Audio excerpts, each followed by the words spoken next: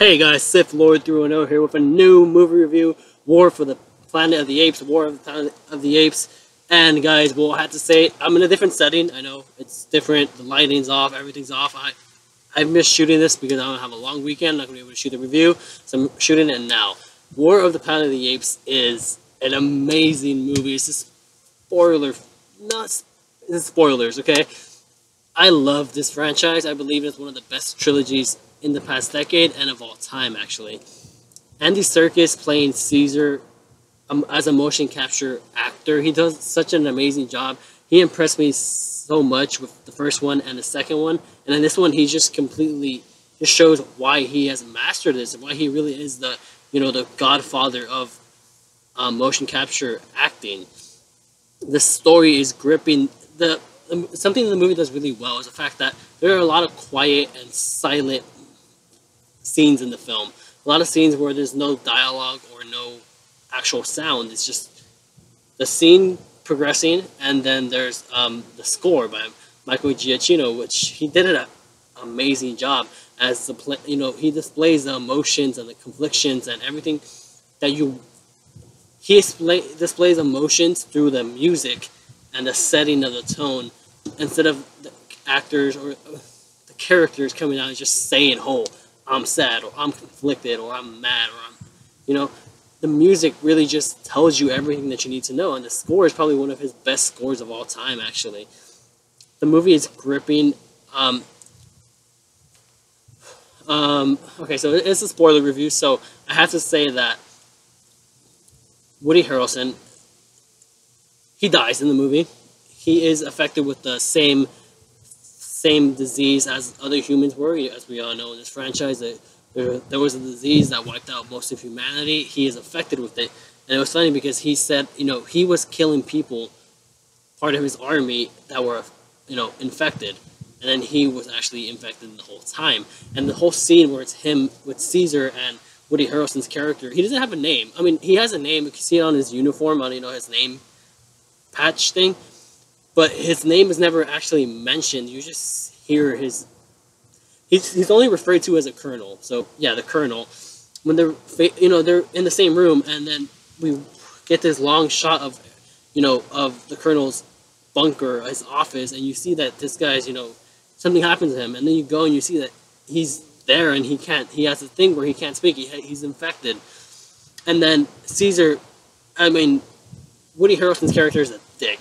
He is an asshole. He's just this bad villain. You understand his point of view of why he is the way he is, but you understand that this guy is just a dick. He's a bad guy. Yeah, he was put in circumstances where he, could have changed them into a bad person, but he could have not went down this dark route, and he did. And then we have this very intriguing scene where Caesar, Woody Harrelson's character killed Caesar's wife and son. So of course he's going to be pissed. So when he's there and he sees a gun, he picks up the pistol, Woody Harrelson's character's pistol, he puts it to his head, and Caesar's about to blast, he's about to kill him. And we're like, yes, just kill him, do what exact revenge. But then you're also like, no, wait, Caesar, don't kill him, because Maurice, the big orangutan, I believe, I don't know my apes, so please take it easy on me in the comments. He tells him, because this whole movie is about Caesar really wanting to get redemption for his, for his dead family, that Woody Harrelson's character took it way too far. And the whole thing is that Caesar doesn't want to be this brooding leader. He doesn't want to be a general. He just wants to lead his people and make sure they're safe and that they're okay. He doesn't want to fight, but the humans are the ones that started the war. So Maurice tells Caesar, "You're becoming just like Koba." And one thing that I love about this movie is the fact that they don't completely ignore the other two films. Something that some trilogies do, especially the third film, is that they tend to not really pay attention to what happened in the first and second film. And it just seemed like none of that stuff actually mattered. But in this movie, you feel the ripple effects from the first movie, especially the second movie. You see a ghost of Koba coming to Caesar a lot, and it haunts him. And then, there's even a scene in the movie where Caesar says, "Hey, I am like Koba. I am fueled by my rage, and that's just who I am. You guys have to be better."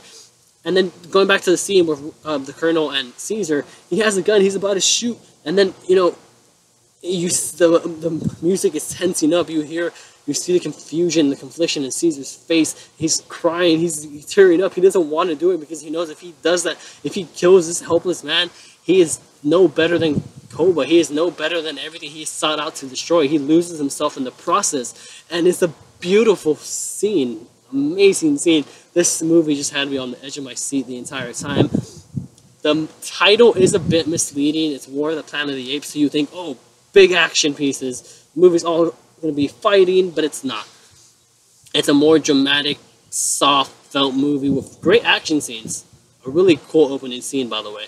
But the main thing about the movie is the drama and the confliction and the characters. Yeah, I'm talking about CGI apes. Those are the characters in the movie, the main characters, and they lead this movie.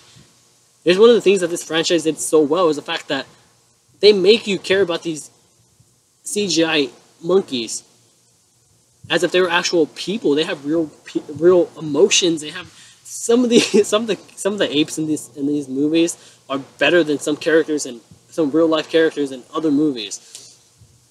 I absolutely love this movie. This is I can't believe I'm gonna say it, but it's gonna beat Baby Driver as my favorite movie of the year. So far for me, it's War of the Planet of the Apes, Baby Driver, Logan, and then I don't know about the rest, but those are the main top 3 right now. And not to mention, I got this badass poster. Look at this. This is fucking awesome, guys. Yeah, it's pretty nice. I'm gonna hang that up. Yeah, so thank you. Yeah, but I'm gonna give War of the Planet of the Apes. It's my top right now. It is my top favorite movie of the year. That's a high thing to give it to. And we're about 5 months away from December, the end of the year. So I really believe that this movie is gonna remain as my top one. We'll see how The Last Jedi does, but War of the Planet of the Apes is a masterpiece of a film. And I was scared going into it because usually the third movie in a trilogy is the weakest one. But no, this movie, I don't know how I rank it between the other two Apes movies, but it doesn't let you down. It's not Spider-Man 3. It's not Godfather Part 3. It holds on its own, and it's a great movie. And I'm gonna give War of the Planet of the Apes. This is surprising, guys, and especially because I only found one exposition scene in this movie. One in a 2 hour and 30-something minute movie. I only found one scene of exposition, and it wasn't even that long. So I'm gonna give this movie. This is the first time I believe I've given a movie 10 out of 10.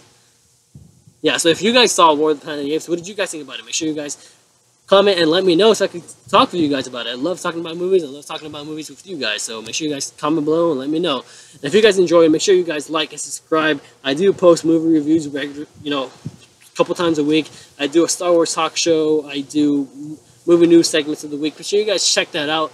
And I hope you guys enjoyed. Check out my other work in the link in the description below on the links. And as always, guys, thank you guys for watching, and may the Force be with you.